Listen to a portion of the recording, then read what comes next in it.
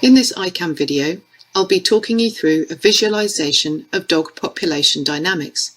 Understanding how dog populations function can help with designing an effective intervention for managing the population. This is a visualization of basic dog population dynamics. It shows the different subpopulations of dogs or states, and it also shows processes. Demographic processes are part of population dynamics. They are the way dogs transition from one state to another, including birth, death, and movement out of the home, either temporarily in the form of roaming or permanently when given away, sold, or abandoned. So let's explore this visualization further by starting with just one state and building it back up again. When people think about dog population management, their minds are usually focused on these dogs, the unowned dogs on the street, the classic stray dog. But when we see a dog on a street, a stray dog, it may actually be any one of these four different states. So here we get to question our first assumption, that all roaming dogs are unowned, feral, or wild dogs. In fact, in most countries, most of the stray dogs, the roaming dogs, have an owner, but they're currently roaming unsupervised. And even those without a single referral household may not be entirely unowned. They may be community dogs with more than one household offering some form of care in the form of food, shelter, or even limited veterinary care. But why do these distinctions of dog type or dog state matter?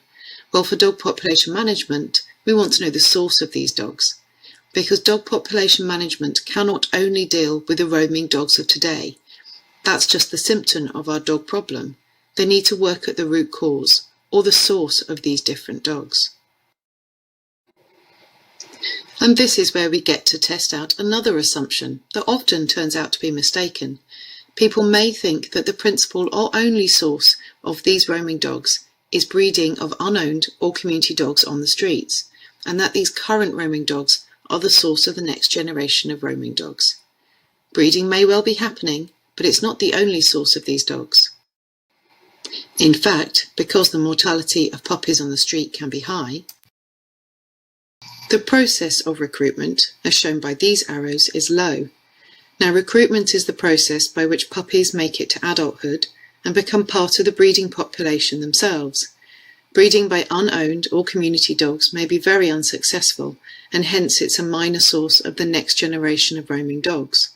And that's why sterilising just the dogs currently on the street is very unlikely to lead to extinction of the roaming dog population, although it may reduce density of roaming dogs and prevent the suffering and dying of many puppies. There will be other sources of roaming dogs in action. So what are these other sources? This is when we need to start to bring in the owned dog population more clearly. Abandonment and unsupervised roaming of owned dogs can be very significant processes that bring dogs onto the street. Owned dogs can also be lost accidentally. And if we bring the breeding of owned dogs into the picture here, we can see how abandonment in particular can be linked to breeding in owned dogs, as unwanted puppies and pregnant females can be particularly at risk of abandonment. Note that the arrows for recruitment within the owned dog population are darker than in the unowned or community owned. This is because these dogs are like to have better access to resources and so breed more successfully. Note also that the owned roaming have the darkest arrows of all. That is because not only are they given resources by their owners, so puppy survival tends to be better, but also if they are roaming, they have a far greater chance of getting pregnant than confined owned dogs. We should also note that there are counter processes in play. Opposing abandonment, we have adoption, and to roaming, we have confinement and good resourcing by owners, meaning that dogs have less motivation to roam as their needs are met at home, and lost dogs can be reunited with their owners. Although confinement might not be required in all locations, an increase in the processes of adoption and reuniting is always desired. There are also processes between unowned and community dog states that are worth considering, in the form of communities taking on responsibility for dogs or becoming disengaged. Community dogs are likely to receive more resources from their community owners and hence have better welfare. They're also very likely to be easier to access for vaccination and sterilisation, thanks to building a better relationship with people. So the process of engaging communities to become more responsible over dogs on their streets may also be something to target through dog population management, whilst disengaging the community from their dogs should be avoided. Note that it is difficult to draw a distinct line between unowned and community dogs.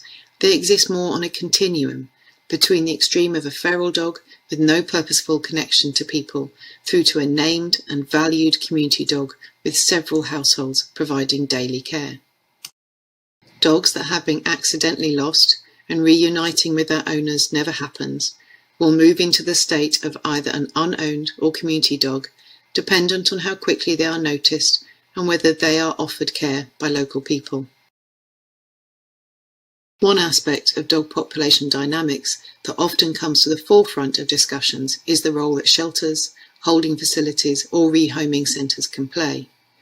Intake to these facilities can be via catching dogs from the streets or direct relinquishment by owners. These should only provide temporary housing for dogs before they are adopted or euthanized due to ill health or behaviour problems that prevent them from being rehomed. Dogs should not be housed in shelters long term. The acquisition of owned dogs may be important to explore because dogs acquired by different processes and from different sources may be at differing risks of abandonment. In particular, the purchase of dogs from pet shops and markets, whether physical or online, may involve dogs that have been bred in suboptimal conditions, such as those found on puppy farms, leading to poorly socialised or sick puppies that may be at a greater risk of relinquishment or abandonment. Increasing adoption from rehoming centres is also a common focus for DPM systems where such facilities already exist. It should be noted that the purchase of dogs displayed here are from three broad sources: from homes where an owned dog has had a litter of puppies, from breeders who produce litters for business purposes, and from pet shops or markets. These may well be best broken down into more detailed subpopulations. For example, there may be specific outlets or breeders that can be identified within communities that are producing puppies that are either of good or poor health and socialisation, and these would be tackled differently within the DPM system. The final process that completes this basic model of dog population dynamics is death. You can see that the arrows here are of different thicknesses for different dog states, who may have different mortality risks. It should be noted that death is inevitable for all dogs, but suffering does not have to be inevitable. Humane euthanasia is an important part of dog population management, and access to vets that can perform euthanasia using humane methods will be essential for rehoming centres, owners and carers to protect dogs from suffering. I hope you found this explanation of basic dog population dynamics useful.